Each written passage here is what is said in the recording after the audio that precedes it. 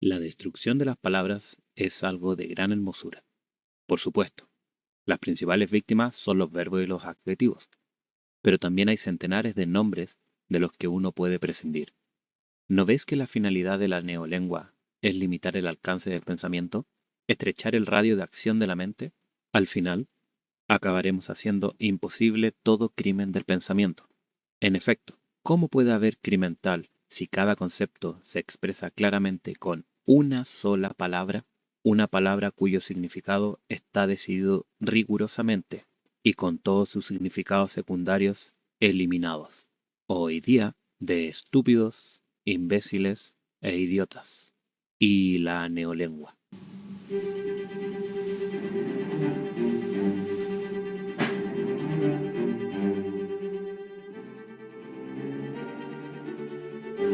Si hay algo que caracteriza al chileno y también al latinoamericano, es su uso de garabatos o palabrotas. Y algo que se puede apreciar de esto es su gran variabilidad, a la vez que creatividad para, de la nada, elaborar distintos tipos de insultos. Pero hay ciertos garabatos, y como vieron en la introducción, que han perdido su significado y que, por lo mismo, en este video me propongo buscar la definición etimológica. Pero como este canal no es solamente de lingüística, también decidí realizar una comparación con un término muy particular de uno de los escritores de distopías más conocido, George Orwell, y su neolengua. En este video voy a relacionar la masificación del garabato, o palabrota, o insulto, yo lo voy a llamar garabato porque soy de Chile, y cambiar el significado de esa palabra me cuesta mucho. Entonces, como dije, en este video vamos a relacionar los garabatos de manera particular, idiota, estúpido e imbécil, con el concepto que antes nombré, la neolengua. Pero como entenderán, primero tengo que explicar qué significa cada uno de estos insultos.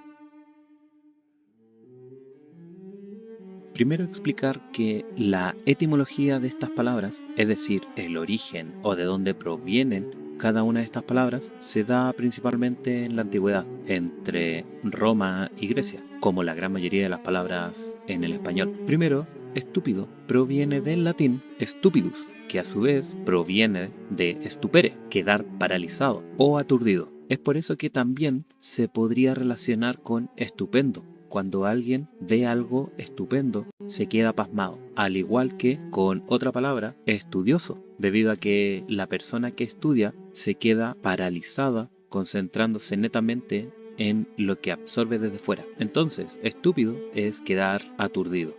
Por el contrario, idiota proviene de la palabra griega idiotes, que servía para referirse a la persona que no se ocupaba de los asuntos públicos, solamente se preocupaba de sus propios intereses privados. Esta palabra la podemos dividir en idio, propio, y tes, que significa la acción. Entonces, el idiota es aquel que actuaba solamente por sí mismo. Y de ahí viene también una relación con idioma, algo propio. Finalmente, la palabra imbécil proviene de imbécilis, que a su vez proviene de im, sin, y bécilis, báculo, o báculo o bastón, que esto designaba a las personas que no poseían un bastón y les costaba caminar. Aunque también encontré una interesantísima etimología de esta misma palabra que hacía referencia a lo contrario, a que se es demasiado joven y que carece de báculo, es decir, carece de un apoyo o de la experiencia que proporciona la vida.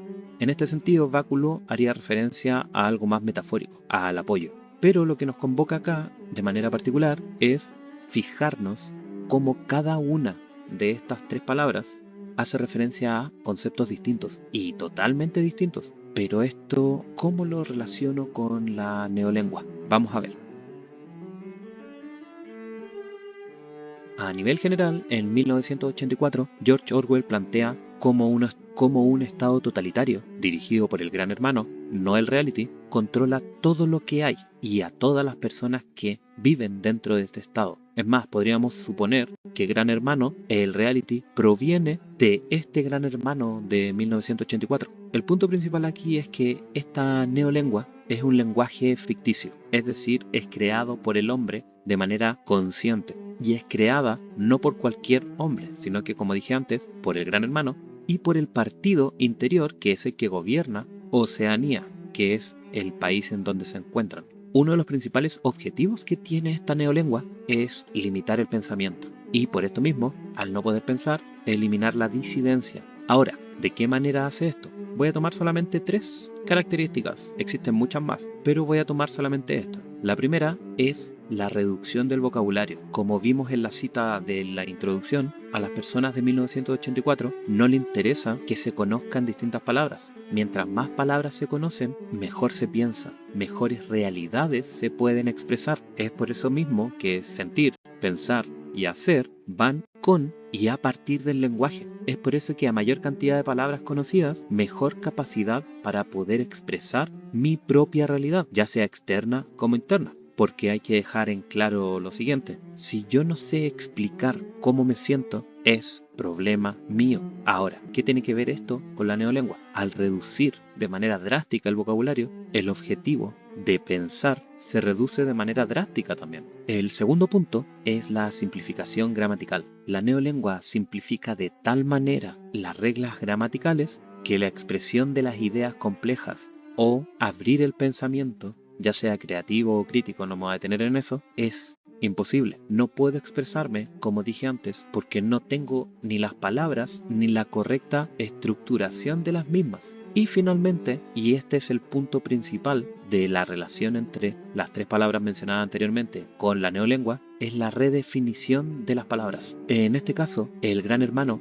redefine todas las palabras para controlar la percepción de la realidad. No hay que ir más lejos y simplemente pensar en los ministerios. El Ministerio de la Paz se encarga de la guerra. El Ministerio del Amor se encarga de torturar. Entonces, aquí las palabras se redefinen de tal manera que, y tomando el primer punto, no son necesarias y poco a poco van en desuso. Ahora, alguien podría decir que esto es en una distopía. Esto es particularmente creado por una entidad estatal. Sin embargo, y como tomé simplemente 3 garabatos o palabras, nos vamos dando cuenta de que hay ciertas palabras que no se ocupan o que se ocupan mal. Y ese es el problema principal del lenguaje. Porque cuando un medio de comunicación, por ejemplo, comienza a utilizar un lenguaje engañoso o ambiguo para manipular la opinión pública, entonces ahí entra un gran problema.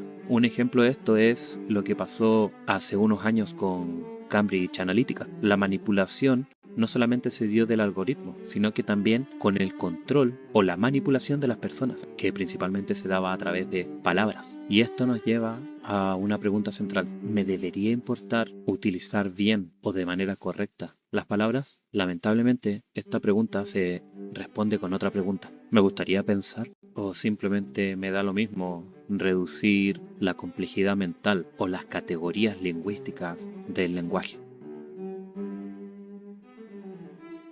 Entonces, 1984, neolengua: idiota, imbécil y estúpido. 3 palabras que, si bien se pueden utilizar como sinónimos, en este video dejé en claro que no eran lo mismo. Es más, la gran mayoría de la gente no podría ser tratado de imbécil, debido a que existen cientos o miles de apoyos, pero sí de estúpidos o de idiota, porque estamos tan ensimismados en nuestros propios intereses que dejamos algo de lado. Dejamos algo absolutamente esencial de lado: la sociedad. Es por esto mismo que, y para terminar, dejar en claro que no estoy diciendo que hay alguien detrás que controla las palabras y que las transforma. Y eso es lo peor: nosotros mismos somos las personas que no nos damos cuenta y que poco a poco acortamos nuestro lenguaje. Pero dime tú, ¿qué te pareció? ¿Has leído 1984? ¿Conocías la distinción entre estas 3 palabras? ¿Conoces algún otro insulto que se utiliza de mala manera? Te leo en comentarios y nos vemos la próxima.